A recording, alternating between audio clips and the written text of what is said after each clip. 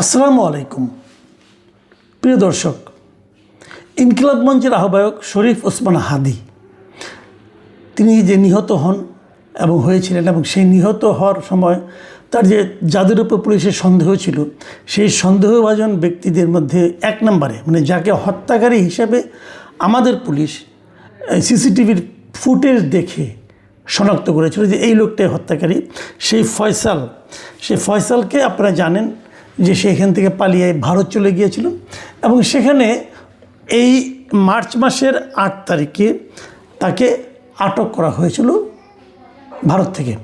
ভারতের 24 পরগনার এই যে বনগাঁও এলাকা আছে আমাদের সীমান্তের একদম লাগোয়া, সেখান থেকে তাকে গ্রেপ্তার করা হয়েছিল এবং গ্রেপ্তার করার পর তাকে প্রাথমিক একদিন ধরনের জিজ্ঞাসাবাদ হয়েছিল এবং তারপর সেই জিজ্ঞাসাবাদের ভিত্তিতে বেশ মিডিয়াতে নিউজও ছাপা হয়েছিল এবং সেখানে আমরা শুনেছিলাম মিডিয়ার খবর থেকে যে উনি প্রাথমিকভাবে স্বীকার করেছেন যে উনি এই হাদি হত্যাকাণ্ডের সঙ্গে জড়িত। কিন্তু তারপর তাকে 14 দিনের রিমান্ডে নেওয়া হলো আদালতে সাবমিট করার পর সেখান থেকে তাকে 2 সপ্তাহের জন্য রিমান্ডে দেওয়া হয় এবং রিমান্ড শেষে আজকে তাকে আবার কোর্টে প্রডিউস করা হয়। কোর্ট তাকে 2 সপ্তাহের জন্য কারাগারে পাঠায় এবং 2 সপ্তাহে কারাগারে পাঠানোর পর আগামী মাসের মানে এপ্রিলের 2 তারিখে তাকে আবারও আদালতে হাজির করা হবে এবং তখন কোর্ট কী সিদ্ধান্ত দেবে কি দেবে না সেটা অন্য কথা। কিন্তু আজকে আলোচনাটা হলো এটা নিয়ে যে যখন তাকে আদালত থেকে বের করে মানে আপনার জেলে নিয়ে যে কারাগারে নেওয়ার জন্য গাড়িতে ওঠানো হচ্ছিল, তখন সেখানকার সাংবাদিকরা হেঁটে যাওয়ার সময় তাকে কিছু প্রশ্ন করেন। অনেক ধরনের প্রশ্ন ছিল, আপনি কেন হত্যা করেছেন, হত্যার সঙ্গে কে জড়িত, আপনার সঙ্গে কে জড়িত, আপনাকে কারা নিয়োগ করেছিল, কী করেছিল না করেছিল, এগুলো অনেক ধরনের নানা ধরনের প্রশ্ন হয়, যেটা হয় আর কি। আপনারা দেখবেন যখন এভাবে কেউ একজন বেরিয়ে যেতে নেয়, সাংবাদিকরা তার পিছু নেয়, সাংবাদিকরা বুম হাতে নিয়ে নানা ধরনের এক একজন এক একটা প্রশ্ন করে, কিন্তু অনেকে বিরক্ত হন এই ধরনের প্রশ্ন দেখে। কিন্তু এর একটা কিন্তু সাইকোলজিক্যাল এফেক্ট আছে, এটা আপনারা মাথায় রাখবেন।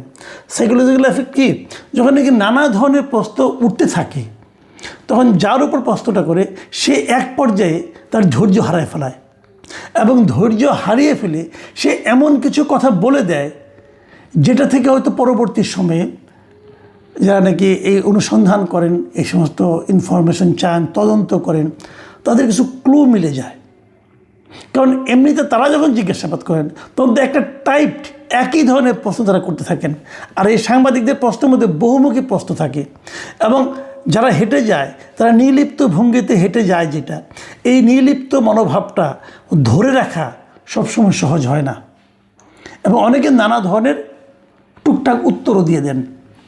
আমি এখানেও দেখলাম যে উনি কিন্তু কিছুটা অসহিষ্ণু হয়ে এক পর্যায়ে কিছু উত্তর দিলেন। প্রথম থেকে উনি খুব ঠান্ডা মাথায় বলছিলেন যে হত্যার সঙ্গে তিনি জড়িত নন। এই যে বললেন জড়িত নন, এই কথাটাই কিন্তু অবিশ্বাসযোগ্য। কারণ এই কারণে যে উনি কিন্তু শুরুতে বলেছিলেন, যখন ওদের কাছে ধরা পড়েছিলেন এই ইন্ডিয়ান মানে কলকাতা পুলিশের কাছে, মানে পশ্চিমবঙ্গ পুলিশের কাছে, তখন উনি কিন্তু প্রাথমিকভাবে বলেছিলেন যে উনি এই হত্যার সঙ্গে জড়িত আছেন এবং সেটা আমরা নিউজও পেয়েছি যে এসটিএফ সূত্র তারা জানিয়েছিল যে জিজ্ঞাসাবাদে ফয়সাল ও আলমগীর ঢাকায় ওসমান হাদিকে হত্যার বিষয়টি স্বীকার করেছেন। এটা কিন্তু শুরুতে প্রথমবার যখন ধরা পড়ে 14 দিন আগে। তারপরে এই 14 দিন তাকে এই দুজনকে অনেক জিজ্ঞাসাবাদ করা হয়েছে, নানা ধরনের প্রশ্ন, নানা ধরনের টেকনিকে তারা জিজ্ঞাসা করেছে, যেটা তদন্তকারী কর্মকর্তারা করে। ওনাদের তো নানা ধরনের টেকনিক আছে, এই টেকনিক খাটিয়ে খাটিয়ে ওনারা কিন্তু জিজ্ঞাসা করেছেন এবং জিজ্ঞাসা করার পর আরও নিশ্চয়ই 2-1টা ধাপ বাড়তি পাওয়া যাবে। ওনারা প্রথমত স্বীকার করেছেন যে ওনারা এই হত্যাকাণ্ডের সঙ্গে জড়িত। এখন এরপর যত প্রশ্ন উত্তর চলতে থাকবে, যত জিজ্ঞাসাবাদ হতে থাকবে, এক পর্যায়ে কিন্তু তাদের আপনার যে শক্ত মনোভাবটা কিন্তু তারা কিন্তু একসময় কলাপস করে এবং কলাপস করে কিন্তু অনেক সত্য কথা বলে দেয়। কিন্তু এখন আমরা দেখলাম যে 14 দিনের রিমান্ডের পর আদালত থেকে বেরোয় উনি তো কলাপস করলেনই না, পুরো উল্টো কথা বললেন। উল্টো কথাটা কি, যে উনি হত্যা সম্পর্কে কিছু জানেন না, এর সঙ্গে উনি জড়িত নন। ভাবুন, তার মানে কি? তার মানে শুরুতে যেটা ছিল যে উনি হত্যার সঙ্গে জড়িত, এখন উনি বলছেন যে উনি হত্যার সঙ্গে জড়িতই নন। তাহলে এই 15 দিনে কি তাহলে ওনাকে নানা ধরনের ট্রিটমেন্ট হয়েছে, কি হয়েছে না, হয়তো ওনার আত্মবিশ্বাস বেড়েছে যে অস্বীকার করে পার পাওয়া যাবে হয়তো বা, নাকি কি আমি জানি না, বলতে পারবো না। কিন্তু নানা ধরনের প্রশ্ন কিন্তু মানুষের মনে আসবে। এবং এখানে আমি দেখলাম যে বিক্ষিপ্তভাবে নানা ধরনের প্রশ্নের মুখে উনি দুটো কথা আমার খুব কানে লেগেছে। প্রথমত কথা হলো, একজন বলতেছিলেন, যখন উনি বললেন যে আমি হত্যার সঙ্গে জড়িত না, আমি জানি না কিছু, তখন একজন লোক বলেছিল সিসিটিভিতে তো আপনাকে দেখা গেছে। তখন দেখলাম এই ফয়সাল সাহেব তড়িৎ বেগে বললেন, হ্যাঁ আমাকে দেখা যেতে পারে, কিন্তু আমি গুলি করেছি এটা তো দেখা যায়নি। তার মানে সিসিটিভিতে যাকে দেখা গেছে ওটা ফয়সাল ছিল, এটা ফয়সাল সাহেব স্বীকার করছে। বাট উনি গুলি করেছে কি না এটা তো দেখা যায়নি, অতএব উনি নিজেকে নির্দোষ দাবি করছেন। তার মানে উনি ওই সময় ছিলেন, এটা তো স্বীকার করলেন উনি। তাহলে তারপরে কী হলো? তাহলে উনি ইন্ডিয়া পালালেন কেন? এই সমস্ত প্রশ্নগুলি কিন্তু আসবে, একটা প্রশ্ন একটা কিন্তু জড়িয়ে থাকবে। এরপর এক পর্যায়ে উনি যে কথাটা বললেন, যেটা নাকি এই আলোচনার মূল বিষয়, সেই জায়গায় উনি বললেন, আমরা শুনলাম, আমিও ওদেরকে শুনেছি আর কি ভিডিওতে। তিনি বললেন যে এর সঙ্গে জামাত শিবির জড়িত হতে পারে, তাদের দিকে খেয়াল করুন। এবং তারপরে উনি আরেকটা কথা বললেন যে ওসমান হাদি নিজেই নাকি জামাত শিবিরের সঙ্গে জড়িত ছিলেন। দেখুন, আমি কয়েকদিন আগে যখন তাকে প্রথম ধরা হয়, তখন আমি একটা কথা বলেছিলাম যে এটা নিয়ে এখন না রাজনীতি শুরু হয় আবার। কারণ ফয়সাল সাহেব, ওনাকে কি আপনারা মনে করেন উনি সত্যবাদী যুধিষ্ঠির? উনি যা বলবেন সেটাই কি আপনারা সত্য বলে ধরবেন? এখন উনি যদি একজনের নাম বলে দেয় যে অমুকে জড়িত, তখন আব্দুর রহিম নামে এক লোকের নাম বললো যে আব্দুর রহিম এর সঙ্গে জড়িত, আব্দুর রহিম এই জন্য আমাকে এত টাকা দিয়েছে বললো। এখন তাহলে কি যত আব্দুর রহিম আছে সবাই তো বিপদে পড়ে যাবেন, যে তাহলে তো আমাকে ধরবে। এখন ফয়সাল বললেই কি সেটা গ্রহণযোগ্য? ফয়সাল তো এক একবার এক এক কথা বলছে, ফয়সালের কথার উপর আপনি কতটুকু নির্ভর করবেন? কিন্তু আমি নিশ্চিত এই যে উনি জামাত শিবিরের কথাটা উচ্চারণ করেছেন, এতেই কিন্তু এখন জামাত শিবিরের বিরুদ্ধে নানা ধরনের রাজনীতি শুরু হয়ে যাবে। বলা শুরু হবে জামাত এরকম করে, বলা শুরু হয়ে যাবে জামাত ইচ্ছাকৃতভাবে এই ইলেকশনে একটা এগিয়ে থাকার জন্য এই কাজটা করেছে। বলা হবে জামাত আগে থেকেই নির্বাচন পিছিয়ে যাক এটা চাচ্ছিল, এই ঘটনার মাধ্যমে নির্বাচনটাকে পেছানোর জন্য তারা চেষ্টা করেছে। এগুলো কিন্তু আলোচনা হতে থাকবে।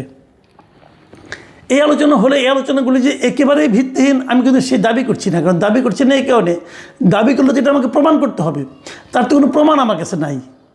আবার এইটার উপর ভিত্তি করে আপনি তদন্ত চালাবেন সেটাও আমি বলছি না। কারণ আপনি এইটার উপর যদি ভিত্তি করে চালান, তাহলে ফয়সালকে আপনি সত্যবাদী হিসেবে বিবেচনা করছেন। ফয়সালকে সত্যবাদী লোক, খুব ভালো লোক, ভদ্রলোক। এখন দেখলাম তার খোঁচা খোঁচা দাঁড়িয়ে হয়ে গেছে, তো তাহলে কি প্রমাণ হলো সে ভদ্রলোক এবং সে খুব সত্যবাদী? এটাও তো নয়। কাজেই কতটুকু কি বলছে তার উপর নির্ভর করে আমি মনে করি এমন কোনো সিদ্ধান্ত নেওয়া যাবে না যেটা নিয়ে আবার নতুন অন্য ধরনের রাজনীতি হতে পারে। এবং আমি মনে করি এই সময় সরকারের কী কাজ, সরকারের কী দায়িত্ব, যত দ্রুত সম্ভব ফয়সালকে এদেশে ফেরত আনার চেষ্টা করা। আমাদের স্বরাষ্ট্র মন্ত্রণালয় কি সে ধরনের কোনো চেষ্টা করেছেন? আমার মনে হয় করা উচিত। কারণ দেখুন, ফয়সাল যে কাজটা করেছে সেটা ঘটনা ঘটেছে বাংলাদেশে, এর বিচার কিন্তু ভারতে হবে না। ভারতের কিন্তু এই বিচারের কোনো এখতিয়ার নাই। ভারত তাকে বিচার করবে ওই দেশে অবৈধ অনুপ্রবেশকারী হিসাবে। সে ভারতের সঙ্গে যে অন্যায়টা করেছে সেটা হলো ভারতে উনি অবৈধভাবে ঢুকেছে, এই অপরাধে তার বিচার হতে পারে, কিন্তু হত্যার বিচারটা কিন্তু আসলে হবে বাংলাদেশে। ভারত যেটা করতে, তারা যে 14 দিনের জন্য তাকে রিমান্ডে নিল, নিয়ে কিছু জিজ্ঞাসাবাদ করলো, ভারত যেটা করতে পারে এই জিজ্ঞাসাবাদগুলি হলো গিয়ে বাংলাদেশে যে বিচারটা হবে সেই বিচারের সাহায্যকারী বিভিন্ন তথ্য, এই তথ্যগুলো তারা বাংলাদেশকে দিয়ে দিবে। বাংলাদেশ এই তথ্যের উপর নির্ভর করে হয়তো বিচারটা করবে। কাজে যত দ্রুত সম্ভব আমি মনে করি বাংলাদেশের উচিত হবে ভারতের সঙ্গে কূটনৈতিক পর্যায়ে ফয়সালকে ফেরত আনার জন্য দুতিয়ালি শুরু করা। আমাদের একজন খুবই ক্যারিসমেটিক পররাষ্ট্রমন্ত্রী আছেন, বলা হয় আর কি, ওনার ক্যারিসমা এখন আমি দেখি নাই। উনি কেন ক্যারিসমেটিক ওনাকে বলা হয় সেটাও আমি জানি না। তো উনি এখানে ক্যারিসমা দেখান না কেন?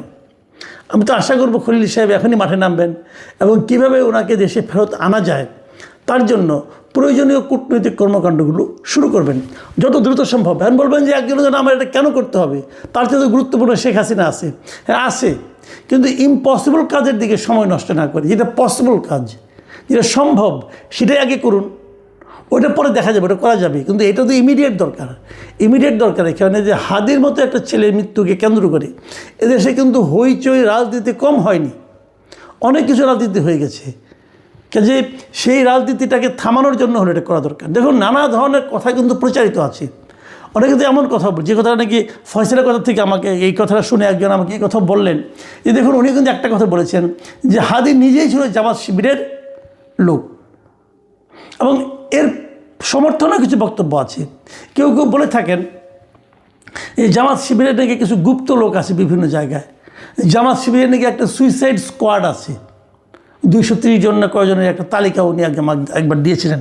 তালিকা দেননি, সংখ্যাটা বলেছিলেন। যিনি গোয়েন্দা সংস্থার একজন লোক বলেছিলেন আমাকে যে এমন লোক নাকি জামাতের গুপ্ত অবস্থায় আছে, স্লিপিং ক্যাডার হিসেবে তারা আছে, এবং তারা নাকি যে কোনো প্রয়োজনে নিজের জীবন দিতেও প্রস্তুত আছে, এই ধরনের আর কি। তো তাদেরই একজন নাকি হাদি ছিলেন। দেখেন, এই ধরনের কথা কিন্তু নানা ধরনের কথা, এগুলো হয়তো উর্বর কল্পনা প্রসূত কথা হতে পারে। এই কথাগুলো কিন্তু বাজারে ছড়তে থাকবে যতক্ষণ পর্যন্ত না তাকে আপনি আপনার কাছে না আনতে পারবেন। দূরে থাকলে অনেক কিছুই হবে, এক একজন এক একটা বলবে, কেউ তো আর চ্যালেঞ্জ করবে না, তাই না? কাজে এই চ্যালেঞ্জগুলো যাতে না করতে হয়, যেন সব কিছু মিলে আমরা যেন একটা সমাধানে পৌঁছতে পারি, আমরা যেন একটা প্রকৃত ঘটনাটা কী সেটা যেন জানতে পারি, এই জন্য যত দ্রুত সম্ভব এই ফয়সাল এবং আলমগীরকে এদেশে ব্যাক করা দরকার, এবং তাকে ফিরিয়ে আনার জন্য কূটনৈতিকভাবে যতদূর পরিশ্রম করা যায়, যতদূর চেষ্টা করা যায়, আমাদের পররাষ্ট্র মন্ত্রণালয় সেটা করবেন এই প্রত্যাশা আমি করি। আমি মনে করি এটা নিয়ে আগেই ওই চিলে কান নিয়েছে শুনিয়ে আপনি চিলের রাজনীতি শুরু করে দিবেন, এটা ঠিক হবে না। প্রিয় দর্শক, আমি সবসময় একটা কথা বলি, আমি আমাদের দেশে কোনো রাজনৈতিক ঘটনাকে কেন্দ্র করে জাতিগত বিভক্তি চাই না। জাতিকে আর বিভক্ত করেন না আপনারা। আমরা একটা ঐক্যবদ্ধ সমাজ চাই, ঐক্যবদ্ধ জাতি চাই, ঐক্যবদ্ধ রাজনীতি চাই। রাজনীতিতে মতভেদ থাকবে, কিন্তু দেশটা যেন ঐক্যবদ্ধ থাকে সেটাকে খেয়াল রাখতে হবে। আপনি জামাত করবেন না, জামাত করবেন না, বিএনপি করবেন না, বিএনপি করবেন না, আওয়ামী লীগ করবেন না, আওয়ামী লীগ করবেন না, কোনো সমস্যা নাই। কিন্তু যেটাকে আপনি অপছন্দ করেন সেই রাজনৈতিক দলকে দেশ থেকে বিতাড়িত করবেন, অথবা তারা সমস্ত অন্যায় তাদের উপর চাপাই দিবেন, এটাও কিন্তু আমি মনে করি ঠিক না। প্রকৃত সত্যটা উদ্ঘাটনের জন্য সরকার যেন সচেষ্ট হয়, সেই প্রত্যাশা থাকলো। আল্লাহ হাফিজ।